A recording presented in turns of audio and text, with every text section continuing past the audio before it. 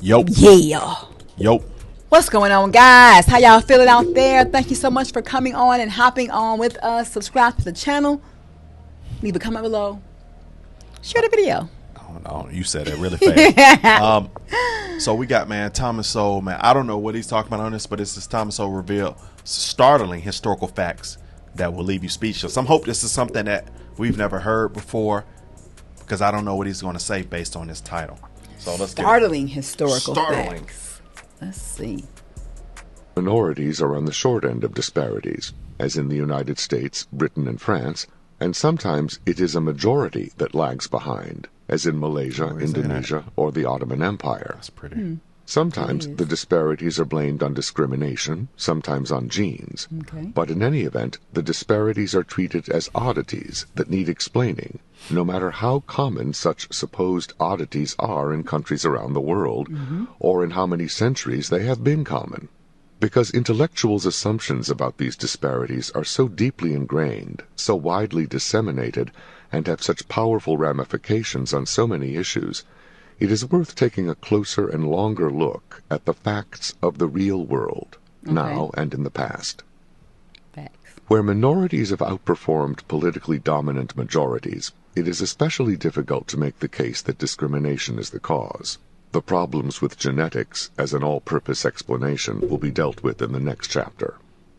A study of the Ottoman Empire, for example, found that of the 40 private bankers listed in Istanbul in 1912, not one bore a Muslim name, nor was even one of the 34 stockbrokers in Istanbul a Turk. Of the capital assets of 284 industrial firms employing 5 or more workers, 50% were owned by Greeks and another 20% by Armenians. In the 17th century Ottoman Empire, the palace medical staff consisted of 41 Jews and 21 Muslims. The racial or ethnic minorities who have owned or directed more than half of whole industries in particular nations have included the Chinese in Malaysia, the Lebanese in West Africa, Greeks in the Ottoman Empire, Britons in Argentina, Belgians in Russia, Jews in Poland, and Spaniards in Chile, among many others. As of 1921, members of the Tamil minority in Ceylon outnumbered members of the Sinhalese majority in that country's medical profession. In America, there were 8 times during the 20th century when a baseball player stole 100 or more bases in a season. All 8 times, that player was black. Groups have differed greatly in innumerable endeavors in countries around the world. In 1908, Germans were the sole producers of the following products in Brazil's state of Sao Paulo: metal furniture, trunks, stoves, paper, hats, neckties, leather, soap, glass, matches, beer, confections, and carriages. People of Japanese ancestry who settled in that same state produced more than 2/3 of the potatoes and more than 90% of the tomatoes. Now I get it. I'm thinking it's not where you're from, it's where you're at. Exactly. Pretty much. It's not where you from, but it's who you are. And where you have, and what you are doing with what you have where you are. Correct. Because the natives don't seem to be as successful as the people that come in. Right. Interesting. Importers from the Lebanese minority in the African nation of Sierra Leone accounted for 85% of the exports of ginger in 1954 and 93% in 1955. In 1949, Lebanese truckers in Sierra Leone outnumbered African truckers and European truckers combined. Wow. In 1921, more than 3/5 of all the commerce in Poland was conducted by Jews, who were only 11% of the population. In 1948, members of the Indian minority owned roughly 9/10 of all the cotton gins in Uganda. In colonial Ceylon, the textile, retailing, wholesaling, and import businesses were all largely in the hands of people of Indian ancestry, rather than in the hands of the Sinhalese majority. Interesting. As early as 1887, more than twice as many Italians as Argentines had bank accounts in the Banco de la Provincia de Buenos Aires, even though most 19th century Italian immigrants arrived in Argentina destitute and began working in the lowest, hardest, and most menial jobs. Wow. In the United States, knowledge of the frugality of Italian immigrants and their reliability in repaying debts even when they had low incomes, caused a bank to be set up to attract this clientele in San Francisco under the name Bank of Italy. It became so successful that it spread out to the larger society, and eventually became the largest bank in the world under its new name, Bank of America. Wow. The frugality of Italians was not simply a perception or a stereotype, as A.P. Giannini well knew when he set up this bank. As far away as Australia, Italians earned a reputation for scrupulous honesty in the repayment of their debts, and were frequently able to secure more extensive loans than Australians. At one period of history or another, when it was not one specific racial or ethnic minority dominating an industry or occupation, it has often been foreigners in general, leaving the majority population of a country outnumbered or even non-existent in whole sectors of their own economy. That is so interesting. That's it. Yeah. And I mean, so what makes a foreigner more successful? Right. I mean, of course, it's the mindset, but what is the driving force behind them to want to come to a place and outdo the person that is from that place? Is it familiarity of the person of the native? Mm-hmm.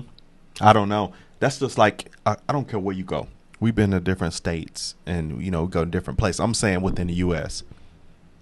You go to a gas station, more than likely an Indian person is behind that counter. Have you noticed that? Mm-hmm. And most of the time, it's an Indian family that owns that, and it'd be in a place that you'd be like, how did an Indian person get into this neighborhood? You get what I'm saying? So that's prime example.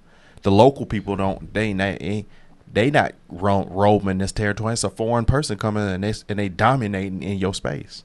That's so interesting. Even just out of some of the things that he even named, you would have never thought that this group would have come and surpassed, the native people who are from this area. Look, just like, wow, that's so interesting to me. Just like when you have in the hood, you have a Chinese restaurant with a full Chinese family running it, and you're like, y'all ain't scared these Negroes down the road over here. Oh my gosh, help him, please. You never thought about that? No. Even after the middle of the 20th century, most of the industrial enterprises in Chile were controlled by either immigrants or the children of immigrants. At various times and places, foreign minorities have predominated in particular industries or occupations over the majority populations of Peru, Switzerland, Malaysia, Argentina, Russia, much of the Balkans, the Middle East, and Southeast Asia. Indeed, it has been a worldwide phenomenon, found even in some economically advanced countries, as well as being common in less advanced countries. In the 19th century, Scottish Highlanders were not as prosperous as Scottish Lowlanders, whether in Scotland itself or as immigrants living in Australia or the United States. In the 20th century, Gaelic-speaking children in the Hebrides Islands off Scotland did not score as high on IQ tests as the English-speaking children there. Rates of alcoholism among Irish Americans have at one time been some multiple of the rates of alcoholism among Italian Americans or Jewish Americans. In the days of the Soviet Union, the consumption of cognac in Estonia was more than 7 times what it was in Uzbekistan. In Malaysia during the 1960s, students from the Chinese minority earned more than 400 degrees in engineering, while students from the Malay majority earned just 4 engineering degrees during that same decade. Whoa. Such examples could be extended almost indefinitely, and so could the reasons for the disparities. But a more fundamental question must be faced. Was there ever any realistic chance that the various races would have had the same skills, experience, and general capabilities, even if they had the same genetic potential and faced no discrimination? Good question. Different races, after all, developed in different parts of the world, in very different geographic settings, which presented very different opportunities and restrictions on their economic and cultural evolution over a period of centuries. That's true. There is no way, for example, that the patterns of economic and social life which originated and evolved in Europe could have originated among the indigenous peoples of the Western Hemisphere, where the horses that were central to everything from farming to transportation to warfare in Europe simply did not exist anywhere in the Western Hemisphere when the European invaders arrived and began transplanting horses across the Atlantic to the New World. Take horses out of the history of Europe, and a very different kind of economy and society would have had to evolve in order to be viable. Not only horses were lacking in the Western Hemisphere, neither were there oxen, which were common in both Europe and Asia. There were, in short, no such heavy-duty beasts of burden in the Western Hemisphere as existed on the vast Eurasian landmass, where most of the human race has lived throughout recorded history. The way of life in these different regions of the world had no basis on which to be the same, which is to say, there was no way for the skills and experiences of the races in these regions to be the same. The wheel has often been regarded as fundamental to economic and social advances, but for most of the history of the human race, the value of wheeled vehicles depended to a great extent on the presence of draft animals to pull those vehicles, and there were no wheeled vehicles in any of the economies of the Western Hemisphere when the Europeans arrived.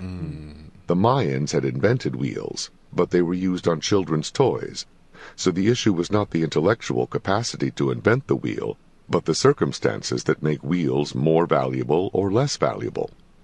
Clearly, the way of life among the indigenous peoples of the Western Hemisphere could not have been the same as that on the Eurasian landmass, when there were neither wheeled vehicles nor draft animals in the Western Hemisphere when the Europeans and their animals arrived.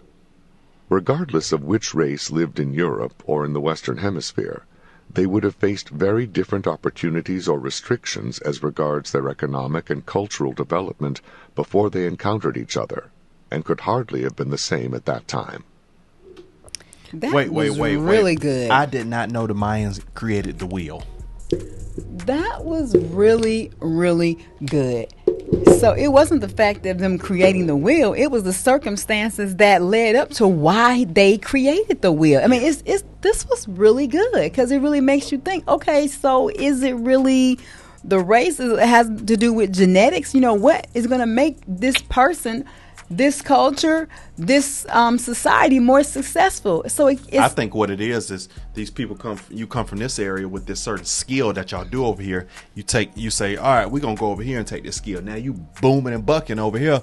You done took a skill where it might not have been popping over here because everybody doing that, and you done moved into another land where you popping. And also the mindset of maybe of what you didn't have in your place, but now you see the value of the what do you call them? The assets of what's going on in this country. Is like, okay, well, I can do a lot with this. Whereas somebody like familiarity, if you live here, it's like, oh, I can't do nothing with that. But someone else, yeah, exactly. That was really good.